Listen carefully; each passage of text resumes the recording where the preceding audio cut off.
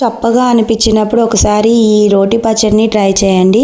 దీనికోసం టమాటాలు, ఒక వంకాయ, ఆనియన్, పచ్చిమిర్చి కట్ చేసుకొని కడాయి పెట్టుకొని ఒక 1 స్పూన్ ఆయిల్లో ముందుగా వంకాయల్ని బాగా ఫ్రై చేసుకోవాలి. తర్వాత పచ్చిమిర్చిని యాడ్ చేసుకొని అందులోనే కొంచెం జీలకర్ర, కొంచెం ధనియాలు యాడ్ చేసుకొని బాగా ఫ్రై చేసుకోవాలి. ఇవి పక్కకు తీసుకున్న తర్వాత కట్ చేసి పెట్టుకున్న టమాటాలను కూడా యాడ్ చేసుకోవాలి. కొంచెం కరివేపాకుని, కొంచెం చింతపండుని కూడా యాడ్ చేసుకోండి, టేస్ట్కి బాగుంటుంది. అవన్నీ కూడా బాగా ఫ్రై అయిన తర్వాత ఇలాగా రోట్లోకి తీసుకొని కాస్త కచ్చా పచ్చాగా దంచుకోండి. ఇందులోనే ఒక 2-3 వెల్లుల్లి రెబ్బల్ని, కొంచెం సాల్ట్ని యాడ్ చేసుకొని కొంచెం కచ్చా పచ్చిగా దంచుకోండి. మరీ మెత్తగా ఏం అవసరం లేదు. మీకు ఒకవేళ మెత్తగా కావాలి అనుకుంటే మెత్తగా గ్రైండ్ చేసుకోవచ్చు మిక్సీలో.